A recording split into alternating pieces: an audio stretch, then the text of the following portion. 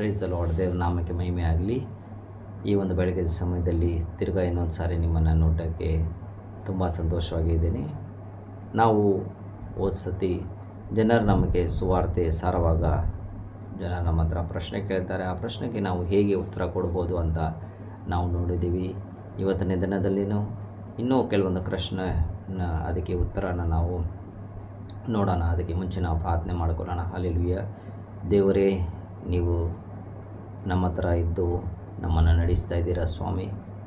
ನೀವು ಶಿಲುಬೆ ಮೇಲೆ ನಮಗಾಗಿ ಪ್ರಾಣವನ್ನು ಕೊಟ್ಟಿದ್ದೀರ, ಅದಕ್ಕಾಗಿ ನಿನಗೆ ಸ್ತೋತ್ರವನ್ನು ಸಲ್ಲಿಸ್ತಾ ಇದ್ದೀವಿ ಸ್ವಾಮಿ. ಈ ಒಂದು ಸಮಯದಲ್ಲಿ ಈ ವಾಕ್ಯ ಭಾಗಗಳನ್ನು ನೀನು ಆಶೀರ್ವಾದ ಮಾಡು ಸ್ವಾಮಿ. ನೀವು ನಮ್ಮ ಜೊತೆಲಿದ್ದು ನಮ್ಮನ್ನು ನಡೆಸು. ಎಲ್ಲ ಪ್ರಾರ್ಥನೆ ಯೇಸು ಕ್ರಿಸ್ತನ ಹೆಸರಲ್ಲಿ ಬೇಡಿ ಹೊಂದಿದ್ದೀವಿ, ಆಮೇನ್. ಮೊಟ್ಟ ಮೊದಲಾಗಿ ಜನರು ಕೇಳುವಂಥದ್ದು ಪ್ರಶ್ನೆ ಅದು ಏನಂದರೆ, ದೇವರು ನನ್ನನ್ನು ನಾನು ಒಳ್ಳೆಯ ಕಾರ್ಯ ಮಾಡಿದೆ, ಒಳ್ಳೆಯ ಒಂದು ಜೀವನ ಜೀವಿಸಿದ್ರೆ ದೇವರು ನನ್ನನ್ನು ಸ್ವೀಕಾರ ಮಾಡಲ್ವಾ ಅಂತ ಒಂದು ಪ್ರಶ್ನೆ ಜನರು ನಮ್ಮ ಹತ್ರ ಕೇಳ್ತಾರೆ. ಅದಕ್ಕೆ ಉತ್ತರ ನಾವು ಕೊಡ್ಬೋದು. ಅದು ಹೇಗೆ ಅಂದರೆ, ಮೊಟ್ಟ ಮೊದಲನೇದಾಗಿ ನಾವು ಒಳ್ಳೆಯದಾಗಿ ಇರೋದರಿಂದ ನಮ್ಮ ಪಾಪಗಳು ನಮ್ಮಿಂದ ಹೋಗಲ್ಲ. ಒಂದು ವೇಳೆ ಅದಕ್ಕೆ ಒಂದು ಉದಾಹರಣೆ ಕೊಡ್ತೀನಿ. ಅದು ಹೇಗೆ ಅಂದರೆ, ನೀವು ಒಬ್ಬರ ಮನೆಗೆ ಹೋಗ್ತೀರಾ ಅಂತ ತಿಳ್ಕೊಳ್ಳಿ. ಅವರು ನಿಮಗೆ ಹೇಳ್ತಾರೆ, ನಾನು ನಿಮಗೆ ಒಂದು ಆಮ್ಲೆಟನ್ನು ಮಾಡಿಕೊಡ್ತೀನಿ ಅಂತ. ಆವಾಗ ಅವರು ಮೊಟ್ಟೆಯನ್ನೇ ಹೊಡಿತಾರೆ. ಆವಾಗ ಏನಾಗುತ್ತೆ ಅಂದರೆ, ನಿಮಗೆ ವಾಸನೆ ಬರುತ್ತೆ, ಅದು ಮೊಟ್ಟೆ ಚೆನ್ನಾಗಿಲ್ಲ ಅಂತ. ಆವಾಗ ಅವರು ನಿಮ್ಮ ಹತ್ರ ಹೇಳುವಾಗ, ಇಲ್ಲ, ನಾನು ಒಂದು ಮೊಟ್ಟೆ ಚೆನ್ನಾಗಿಲ್ಲ, ಆದರೂ 2 ಮೊಟ್ಟೆ ಚೆನ್ನಾಗಿದೆ, ನಾನೆಲ್ಲ ಮಿಕ್ಸ್ ಮಾಡಿ ಒಂದು ನಿಮಗೆ ಆಮ್ಲೆಟ್ ಮಾಡಿಕೊಡ್ತೀನಿ ಅಂತ ನೀವು ಹೇಳಿದರೆ ನೀವೇನು ಹೇಳ್ತೀರಾ? ನೀವು ಅವ್ರಿಗೆ ಹೇಳ್ತೀರಾ, ನನಗೆ ಆಮ್ಲೆಟ್ ಬೇಕಾಗಿಲ್ಲ, ಯಾಕೆಂದರೆ ಅದರಲ್ಲಿ ನೀವು ಕೆಟ್ಟ ಒಂದು ಮೊಟ್ಟೆಯನ್ನು ಸೇರಿದ್ದೀರ. ಯಾವ ಮೊಟ್ಟೆಯಲ್ಲಿ ವಾಸನೆ ಬರ್ತಾಯಿತ್ತು ಅದನ್ನು ನೀವು ಸೇರಿಸಿದ್ದೀರ. ಅದೇ ರೀತಿಯಾಗಿ ದೇವರು ನಾವು ಒಳ್ಳೆಯದು ಮಾಡೋದ್ರಿಂದ ಕೆಟ್ಟದನ್ನು ಏನು ಮಾಡಲ್ಲ, ಅದನ್ನು ನಮ್ಮ ಜೀವಿತದಿಂದ ತೆಗೆಯಲ್ಲ. ಎರಡನೇದಾಗಿ ನಾವು ಜನರು ನಮ್ಮ ಹತ್ರ ಕೇಳುವಂಥದ್ದು ಪ್ರಶ್ನೆ ಏನೆಂದರೆ, ನಾನು ಎಷ್ಟೋ ಒಳ್ಳೆಯ ಕಾರ್ಯವನ್ನು ಮಾಡ್ತೀನಿ, ಅದರ ಏನಾಗುತ್ತೆ ಅಂತ ಜನರು ನಮ್ಮನ್ನು ಕೇಳ್ತಾರೆ. ನಾವು ಹಂಗೆ ಹೇಳಬೇಕಾದ್ರೆ, ನಾವು ಒಳ್ಳೆಯದಾಗಿ ಇದ್ದಾರೆ ಅಂತ ದೇವರು ನಮ್ಮನ್ನು ನೋಡಲ್ಲ. ದೇವರು ನೋಡ್ತಾರೆ ಏನಂದರೆ, ನಾವು ಕರೆಕ್ಟಾಗಿ ಇರಬೇಕು. ಒಳ್ಳೆಯದನ್ನು ದೇವರು ನೋಡಲ್ಲ, ನಾವು ಕರೆಕ್ಟಾಗಿ ಇರಬೇಕಂತ ದೇವರು ನೋಡ್ತಾರೆ. ಅದಕ್ಕೆ ಇನ್ನೊಂದು ಉದಾಹರಣೆಯನ್ನು ನಾವು ನೋಡ್ಬೋದು. ಎಷ್ಟು ಒಳ್ಳೆಯ ಮನುಷ್ಯನು ಇದ್ದೇರನು, ಅವನು ಹೆಚ್ಚು ಕಡಿಮೆ ದಿನಕ್ಕೆ 3 ಪಾಪ ಮಾಡ್ತಾನೆ. ನಾವು ತಿಳ್ಕೊಳ್ಳೋಣ ಹಂಗೆ. ಆದರೂ ಆ ಪಾಪವನ್ನು ನಾವು ನೋಡಿದ್ರೆ, ಅವನು ಒಂದು 70 ವರ್ಷ ಇದ್ದರೆ ಅದೆಷ್ಟು 70,000 ಪಾಪಗಳು ಆಗಿಬಿಡುತ್ತೆ. ಆ ಪಾಪಗಳಿಂದ ಅವನು ಹೆಂಗೆ ಬದುಕೋಕ್ಕೆ ಸಾಧ್ಯ? ಒಂದು ವೇಳೆ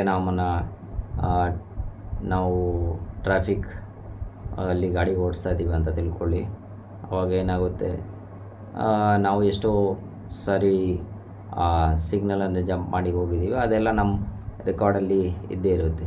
ಯಾವಾಗ ನಿಮ್ಮನ್ನು ಪೊಲೀಸ್ ಇಟ್ಕೊಳ್ತಾನೆ, ಆವಾಗ ಅವನು ಹೇಳ್ತಾನೆ, ಫಸ್ಟೇ ನೀವು ಎಷ್ಟೋ ಸಾರಿ ಸಿಗ್ನಲ್ ಜಂಪ್ ಮಾಡಿ ಹೋಗಿದ್ದೀರಾ, ಈಗ ನೀನು ಇನ್ನೊಂದು ಸಾರಿ ಸಿಕ್ಕಾಕೊಂಡಿದ್ದೀರ. ಆವಾಗ ಅವನು ಫಸ್ಟ್ ಎಲ್ಲದಕ್ಕಿಂತ ನಾವು ಎಷ್ಟೋ ಇದು ಮಾಡಿದ್ದೀವಿ, ಎಲ್ಲ ಸೇರಿಸಿ ನಮ್ಮ ಹತ್ರ ಫೈನ್ ತಗೊಳ್ತಾನೆ. ಈಗ ಒಂದು ಮನುಷ್ಯನೇ ಹಿಂಗೆ ಮಾಡ್ತಾನಂದರೆ ನೋಡಿ, ದೇವರು ಹಿಂಗೆ ಲೆಕ್ಕ ತಗೊಳ್ತಾರೆ. ದೇವರು ಏನು ಬಯಸ್ತಾರೆ ಅಂದರೆ, ನಾವು ಪಾಪ ಇಲ್ಲದೆ ಪಾಪದಲ್ಲದೆ ಒಂದು ಜೀವಿತದಲ್ಲಿ ಇರಬೇಕಂತ ದೇವರು ಆಸೆ ಪಡ್ತಾರೆ. ಆದರೂ ನಮಗೆ ಗೊತ್ತಿದೆ, ಯಾರು ಹಂಗೆ ಇರೋಕ್ಕೆ ಸಾಧ್ಯ ಇಲ್ಲ. ದೇವರು ಅಂತಾರೆ, ಪರಿಪೂರ್ಣವಾಗಿ ಯಾವ ಪಾಪ ಇಲ್ಲದೆ ಜೀವಿಸಬೇಕಂತ ದೇವರು ನಮ್ಮಿಂದ ಆಸೆ ಮಾಡ್ತಾರೆ.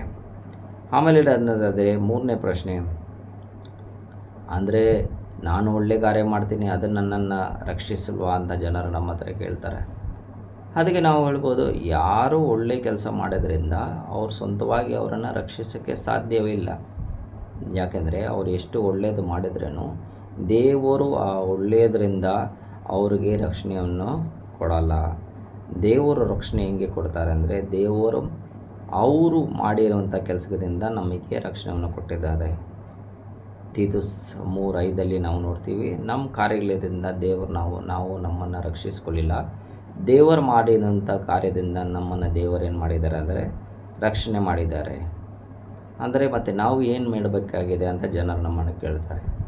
ನಾವು ಏನು ಮಾಡಬಹುದು ಅಂತ ಕೇಳಿದರೆ, ಯೋಹಾನ 6:29 ದೇವರ ವಾಕ್ಯ ಹೇಳುತ್ತೆ, ಇದೇ ದೇವರ ಕಾರ್ಯ ಏನಂದರೆ ನೀವು ನನ್ನ ಮೇಲೆ ನಂಬಿಕೆ ಇಡ್ರಿ. ಅಂದರೆ ನೀವು ಯೇಸು ಸ್ವಾಮಿ ಮೇಲೆ ನಂಬಿಕೆ ಇಡಬೇಕು. ಯಾರು ನಮಗಾಗಿ ಬಂದಿದ್ದಾರೆ ಅಂದರೆ ನಾವು ಹೇಳುವಂಥದ್ದು ಅವ್ರಿಗೇನೆಂದರೆ, ನೀವೇನು ಮಾಡಬೇಕಾಗಿಲ್ಲ, ನೀವು ಬರೀ ಯೇಸು ಸ್ವಾಮಿ ಮೇಲೆ ನಂಬಿಕೆ ಇಟ್ಟರೆ ಮಾತ್ರ ಸಾಕು ಅಂತ.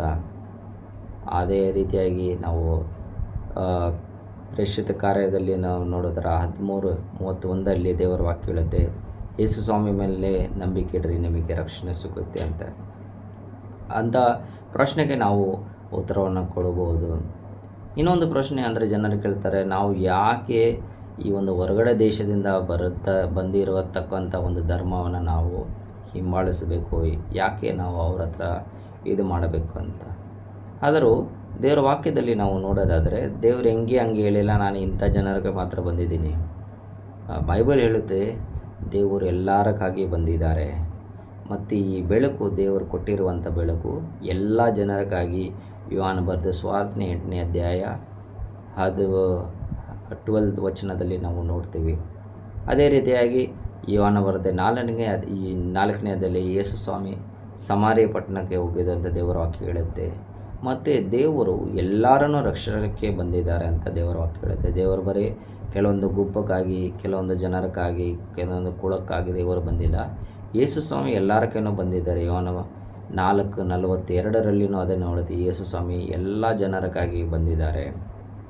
ಆಮೇಲೆ ಯೇಸು ಸ್ವಾಮಿನೇ ಸ್ವಂತವಾಗಿ ಹೇಳಿದ್ದಾರೆ, ಅವರು ಮೃತ್ಯುಂಜಯನಾದ ಆದಮೇಲೆ ಅವ್ರು ಏನು ಹೇಳಿದ್ದಾರೆ ಅಂದರೆ, ನೀವು ಹೋಗಿ ಜನರಿಗೆ ನನ್ನ ಸುವಾರ್ತೆಯನ್ನು ಸಾಳು ಅಂತ ಹೇಳಿದ್ದಾರೆ. ಆ ನನ್ನ ಸುವಾರ್ತೆ ಅಂತ ಸಾರೆ ಅಂತ ಹೇಳಬೇಕಂದ್ರೆ ಅದು ಎಲ್ಲ ಜನರಿಗಾಗಿ ಕೊಟ್ಟಿರುವಂಥ ಒಂದು ಕಾರ್ಯ. ಅಂದರೆ ಕೆಲವೊಂದು ರಾಷ್ಟ್ರಕ್ಕೆ, ಕೆಲವೊಂದು ಜಾಗಕ್ಕೆ ಮಾತ್ರ ಕೊಟ್ಟಿಲ್ಲ, ಅದು ಎಲ್ಲರಿಗೂ ದೇವರನ್ನು ಕೊಟ್ಟಿದ್ದಾರೆ. ಯಾಕೆ ನಾವು ಕ್ರೈಸ್ತರ ಬಗ್ಗೆ ಜನರಿಗೆ ಹೇಳಬೇಕು ಅಂತ ಹೇಳಿದರೆ, ನಾವು ನೋಡ್ತೀವಿ ಎಲ್ಲ ಜನರಿಗೆ ಪ್ರೇರಿತವಾದ ಕಾರ್ಯದಲ್ಲಿ ದೇವರು ಹೇಳ್ತಾರೆ. ಅಂದರೆ ಎಲ್ಲರಿಗೆ ನಾವು ಸುವಾರ್ತೆ ಸಾರಬೇಕಾಗಿದೆ ಅಂತ ಹೇಳಲ್ಪಟ್ಟಿದೆ.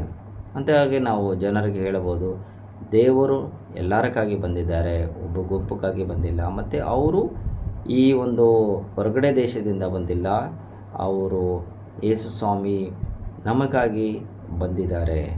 ಅವರು ನಿಮಗಾಗಿ ಮತ್ತು ನನಗಾಗಿ ಪ್ರಾಣವನ್ನು ಕೊಟ್ಟಿದ್ದಾರೆ ಅಂತ ನಾವು ಹೇಳಬಹುದು. ಅದೇ ಬೈಬಲಲ್ಲಿ ಇಂಥ ಒಂದು ಪ್ರಶ್ನೆಗೆ ನಾವು ಉತ್ತರವನ್ನು ಕೊಡಬಹುದು. ಅದೇ ರೀತಿಯಾಗಿ ಇನ್ನೂ ಕೆಲವೊಂದು ವಿಷಯದನ್ನು ದೇವರ ವಾಕ್ಯದಿಂದ ನಾವು ಕಲ್ತ್ಕೊಳ್ಳೋಣ. ಬನ್ನಿ ನಾವು ಪ್ರಾರ್ಥನೆ ಮಾಡಿಕೊಳ್ಳೋಣ. ಹಲ್ಲೆಲೂಯಾ. ದೇವರೇ, ನೀವು ನಮ್ಮ ಜೊತೆಯಲ್ಲಿದ್ದು ನಮ್ಮನ್ನು ನಡೆಸದಿರ, ಅದಕ್ಕಾಗಿ ನಿನಗೆ ಸ್ತೋತ್ರವನ್ನು ಸಲ್ಲಿಸ್ತದೆ. ಈ ಜನರು ನಮ್ಮನ್ನು ಕೇಳುವಂಥ ಪ್ರಶ್ನೆಯನ್ನು ನೀನು ವಾಕ್ಯದಿಂದ ನೀನು ನಮಗೆ ಉತ್ತರ ಕೊಡುವಂತೆ ಸಹಾಯ ಮಾಡು. ಎಲ್ಲ ಪ್ರಾರ್ಥನೆ ಯೇಸು ಕ್ರಿಸ್ತನ ಹೆಸರಲ್ಲಿ ಬೇಡಿ ಹೊಂದಿದ್ದೀವಿ. ಆಮೇನ್.